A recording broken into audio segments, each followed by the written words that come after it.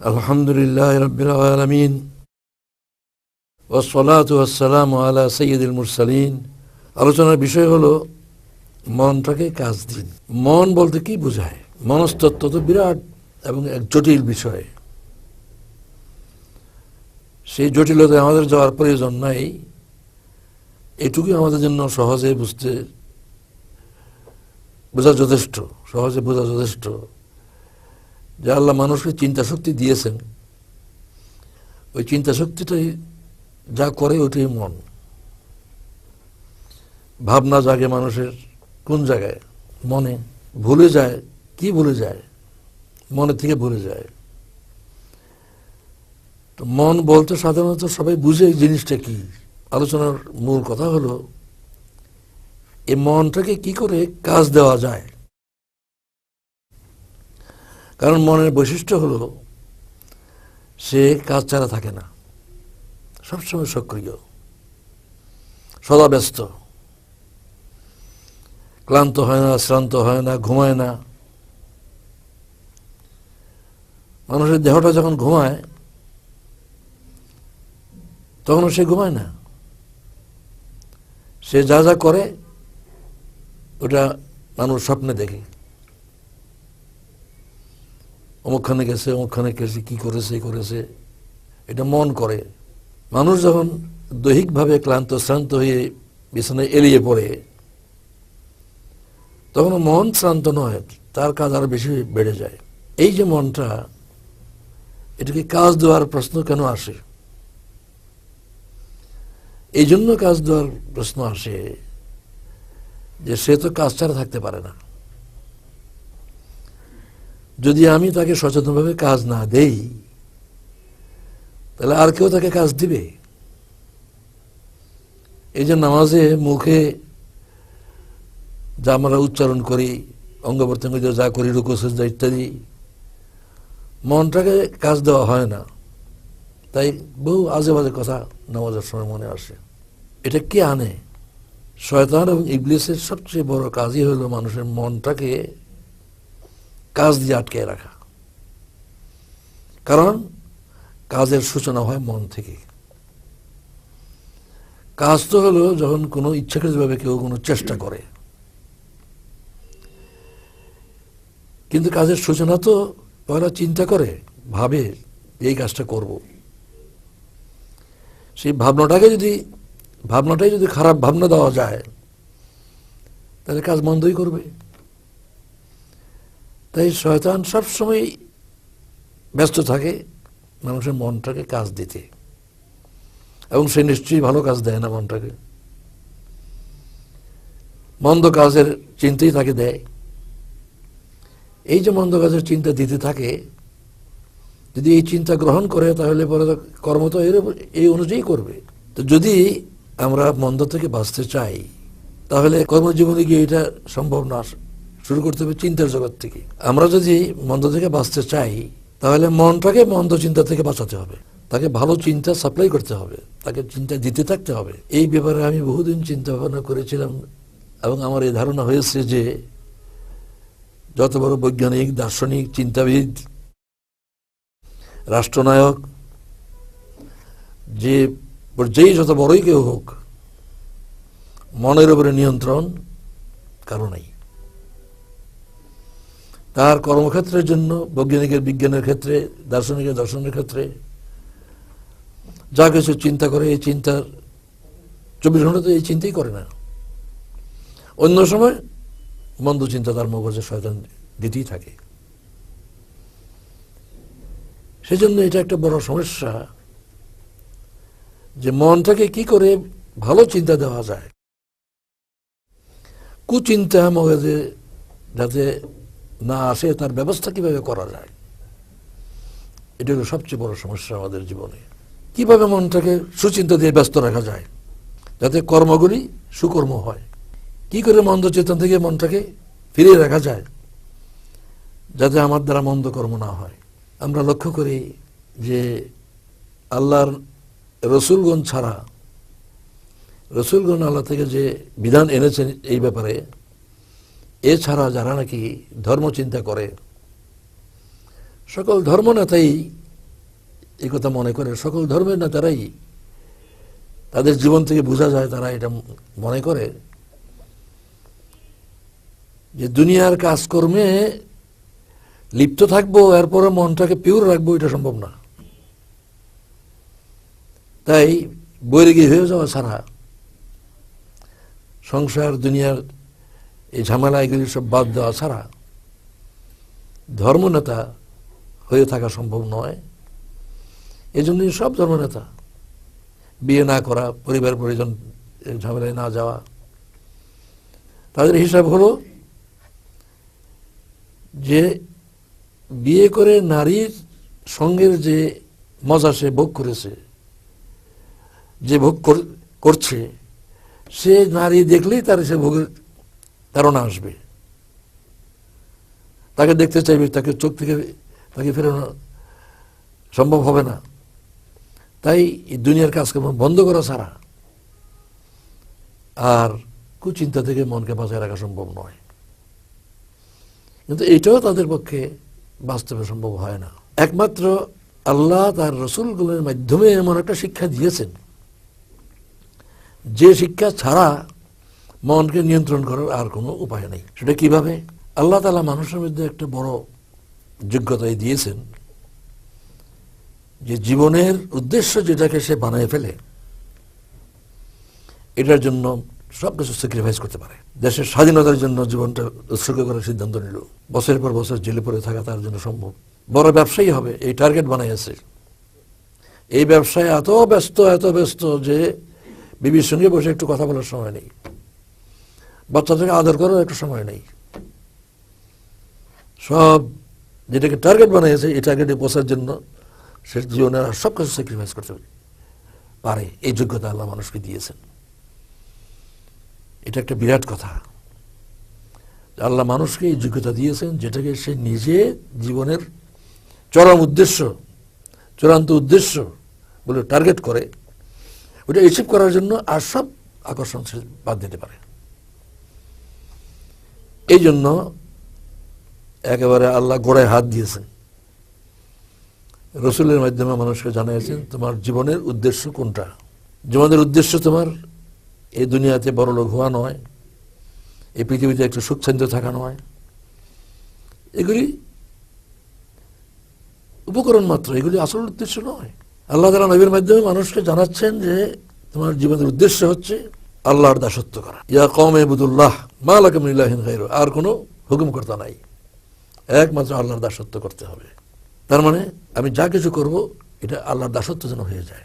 নফসের দাসত্ব করা যাবে না, আর কোন লোকের দাসত্ব তো প্রশ্নই বসে না। নিজের মনের দাসত্ব করা যাবে না, দাসত্ব করতে হবে শুধু আল্লাহর। এই যে টার্গেটটা আল্লাহ দিলেন রসুলের মাধ্যমে, যদি এই টার্গেটটা কেউ জীবনে গ্রহণ করতে সক্ষম হয়, তাহলে সে মনটাকে সবসময় কাজ দিতে পারবে, তাকে সে কাজ দিয়ে ব্যস্ত রাখতে পারবে। এরপরও শয়তান চেষ্টা করতে থাকবে, কারণ যে যত বড় মোমনী হোক, যত যোগ্য মোমনী হোক, তার কাছে তার চেয়ে বেশি যোগ্য শয়তানই আসবে। অর্ডিনারি শয়তান তাদের কাছে আসবে না। বেরানুলের মনে তাজুল ইসলাম সাহেব বলছিলেন ছাত্রদেরকে যে তোমরা যখন আলেম পাশ করো তখন ফাজিল পাশের কমে শয়তান আসবে না তোমার কাছে। তোমাকে বুঝাবার মতো যোগ্যতা, তোমাকে পথভ্রষ্ট করার মতো যোগ্যতা যারা আছে, তোমাকে বুঝে তোমার চিন্তা থেকে সরাবার মতো ক্ষমতা আছে, এরকম শয়তানই আসবে। তাই শয়তানের সঙ্গে এই যুদ্ধ তো স্থায়ী যুদ্ধ, কিন্তু যতটুকুই মনকে কাজ দিয়ে ব্যস্ত রাখা যায়, সবচেয়ে বেশি ইফেক্টিভ হচ্ছে এটাই যে টার্গেট হচ্ছে একমাত্র আল্লাহর দাসত্ব। আমি আর কারো দাস নই, আর কারো হুকুমের গোলাম নই, শুধু আল্লাহর গোলাম। আল্লাহর গোলাম হিসেবে আমার কি করা কর্তব্য? 24 ঘন্টা এই চিন্তাই করতে হবে। 24 ঘন্টার রুটিনটা আল্লাহ তাআলা নামাজ দ্বারা বেঁধে দিয়েছেন। রুটিনটা 24 ঘন্টা 5 ওয়াক্ত নামাজের দ্বারা নিয়ন্ত্রিত। ঘুম থেকে উঠে পয়লা কাজই নামাজ, এর আগে কোনো কাজ নেই। পেশাব পায়খানা, ওযু গোসল যেগুলি, সেগুলি নামাজের প্রস্তুতি মাত্র, এগুলি আলাদা কোনো কাজ নয়। এরপরে এশার নামাজ পড়ার পরে শুভে এই রুটিন শুরু নামাজ দিয়ে, শেষ নামাজ দিয়ে। মাঝখানের সময়টা নামাজ তাকে সবসময় চিন্তায় ব্যস্ত রাখবে, কোন সময় আজান হবে। কারণ মোমেনের মন তো মসজিদে ঝুলানো আছে। এক নামাজ পড়েছে, মসজিদ থেকে বেরিয়েছে, মনটার সঙ্গে নিয়ে যায়নি, এটিকে ঝুলিয়ে রেখে গেছে মসজিদে। সুতরাং তার মনে সবসময় চিন্তা কখন আবার আজান হবে, কখন মসজিদে যেতে হবে। এমন না যে অন্যান্য কাজ ছেড়ে অবসর সময় নামাজ পড়বো, না, নামাজ ঠিক জায়গায় রাখতে হবে, নামাজের রুটিন ঠিক থাকবে, অন্য কাজ তার নিয়ন্ত্রণে থাকবে। এক নামাজই তাকে অনেকখানি মনটাকে কাজ দেওয়ার জন্য ব্যস্ত করে রাখবে। আবার নামাজ থেকে বেরোলে পরে আল্লাহর কথা ভুলে যাওয়ার কথা নয়। ফাইজা কুদিয়াতিস সালাতু ফান্তাশিরু ফিল আরদ ওয়াবতাগু মিন ফাদলিল্লাহ ওয়াজকুরুল্লাহ কাসীরা। তখন আরো বেশি করে নামাজের থেকে আরো বেশি করে আল্লাহকে মনে রাখো, কারণ আমি যা কিছু করব সেটা আল্লাহ দাসত্ব হচ্ছে কিনা।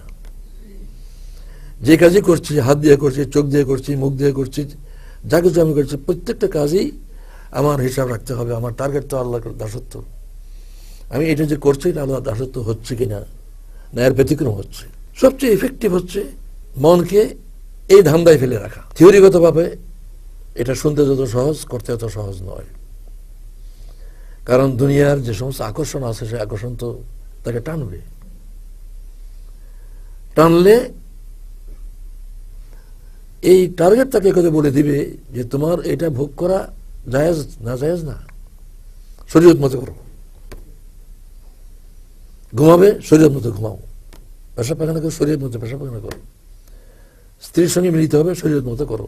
তোমার ছেলেকে আদর করবে, শরীয়ত মতো করো। ব্যবসা করবে, শরীয়ত মতো করো। এইভাবে এই টার্গেটটা যদি নাকি কেউ ঠিক মতো গ্রহণ করতে পারে, তবেই যতটুকু সম্ভব দুনিয়াতে মনটাকে নিয়ন্ত্রণ করা এটা করতে পারবে। আমরা কাজকর্মের মধ্যে অনেক সময় অবসর হয়ে যাই। কোথাও যাব, টিকিটের জন্য লাইনে দাঁড়াই আছি, গাড়ির জন্য কিউতে দাঁড়াই আছি, কোনো কাজ নাই। এখন এই কাজ নাই যে এই সময়টি হচ্ছে আমাকে ইবলিসের আক্রান্ত হওয়ার সুযোগ। আমাকে কাজ দিবে, মনকে কাজ দিবে, এবং মনকে যে কাজ দিবে শয়তান, সেটা তো বেগার খাটবে, কোনো লাভ হবে না, শুধু ক্ষতিই হবে। বেগার খাটাবে, এর দ্বারা পুরস্কার পাওয়া তো দূরের কথা, উল্টা আরো শাস্তির কারণ ঘটবে। সেজন্যই ব্যস্ততা, মনটাকে ব্যস্ত রাখার জন্য আমরা কিছু তদবির করতে পারি।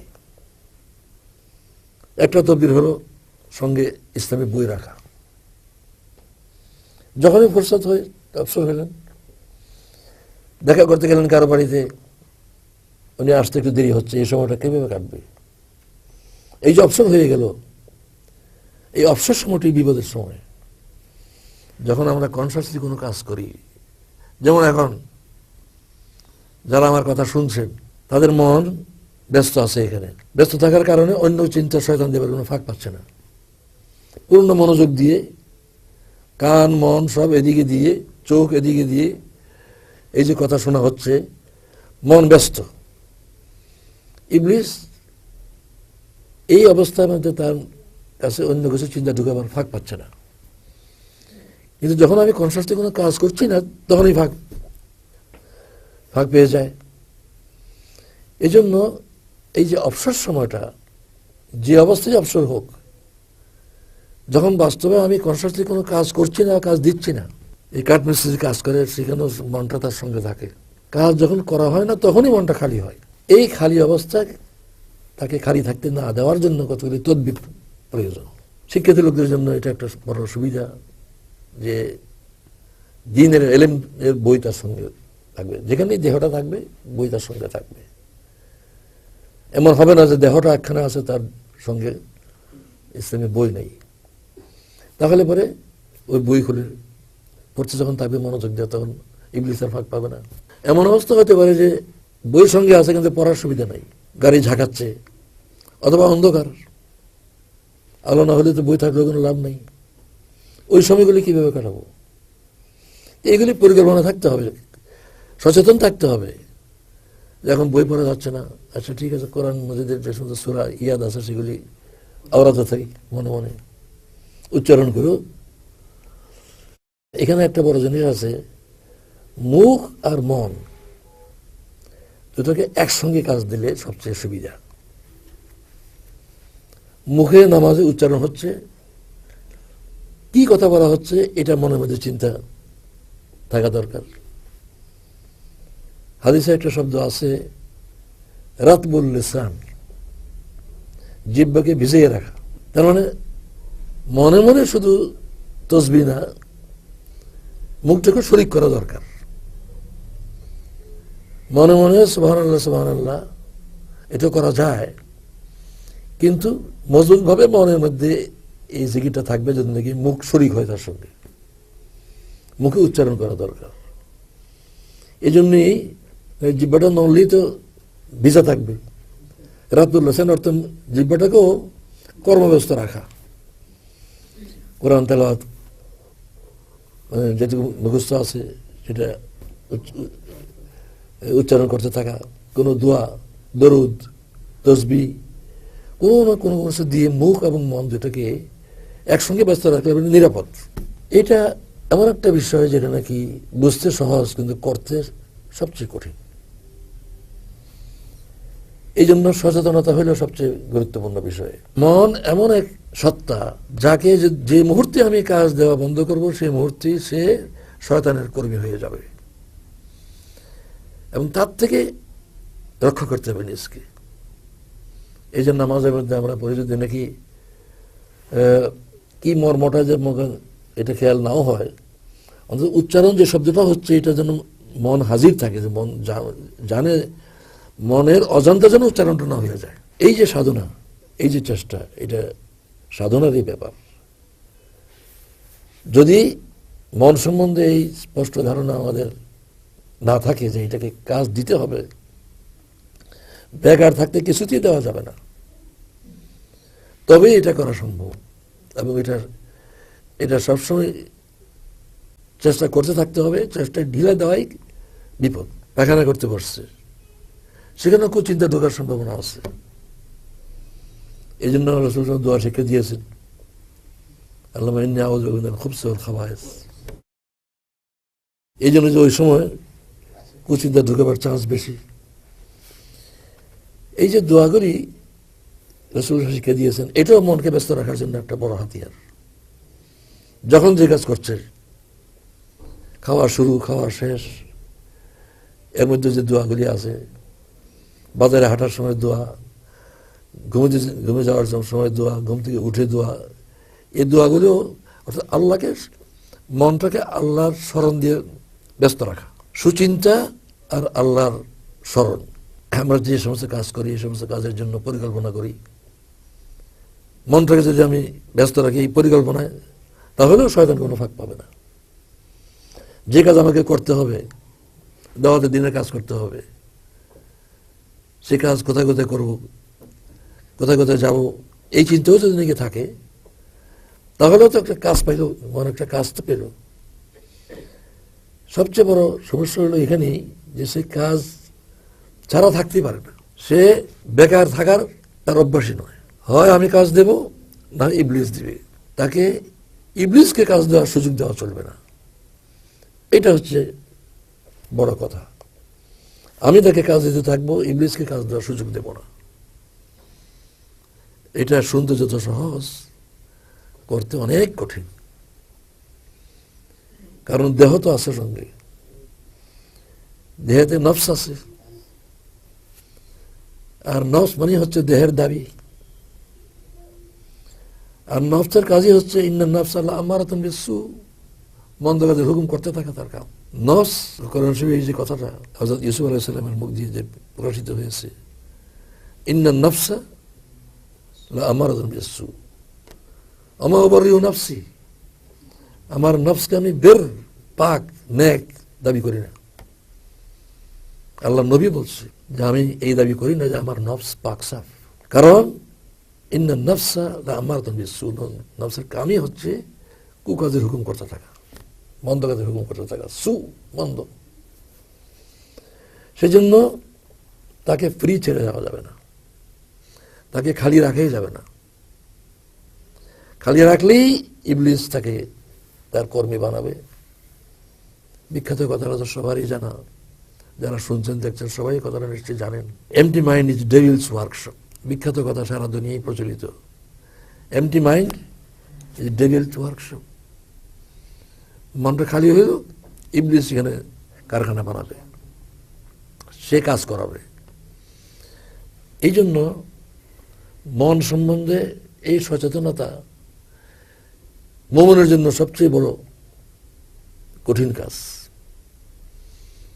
কোনো মুহূর্ত তো বাদ নাই, কোনো মুহূর্ত, যে মুহূর্তটা একটু অবহেলা হইল, যে মুহূর্ত আল্লাহকে ভুলে গেল, সেই মুহূর্তটা গুনাহ। এই যে আল্লাহর চিন্তা মানে কি? যা আল্লাহ পছন্দ করেন তার সেই চিন্তা করলে আল্লাহর চিন্তা হলো। এই ব্যাপারটা সবসময় সজাগ থাকা, সচেতন থাকা এবং কোনো অবস্থায় তাকে খালি থাকতে না দেওয়া, এটা সারা জীবনের সাধনা। এটা এমন নয় যে একবার পাস করে ফেললে সারা যাবে আর কোনো সমস্যা নাই, এমন নয়। ইবলিসের সঙ্গে এটা স্থায়ী যুদ্ধ। সে কাজ দিতে চাবে, আমি কাজ দিতে দিচ্ছি না। এই ব্যাপারে ইবলিস কোনো সময় ক্ষান্ত হবে না। এমন কোনো সময় হবে না যে আমি একবার পাশ করে এসেছি, ইবলিস আর চেষ্টা করবে না। নামাজও এই কথা সত্য এবং সবসময় কথা সত্য। তাই মনটাকে কাজ দেওয়ার ব্যাপারে এটা মানে চেষ্টা, সাধনা, সচেতনতা এগুলি সবসময় খুবই গুরুত্বপূর্ণ এবং জরুরি। ওয়া আখিরু দাওয়ানা আলহামদুলিল্লাহি রাব্বিল আলামিন।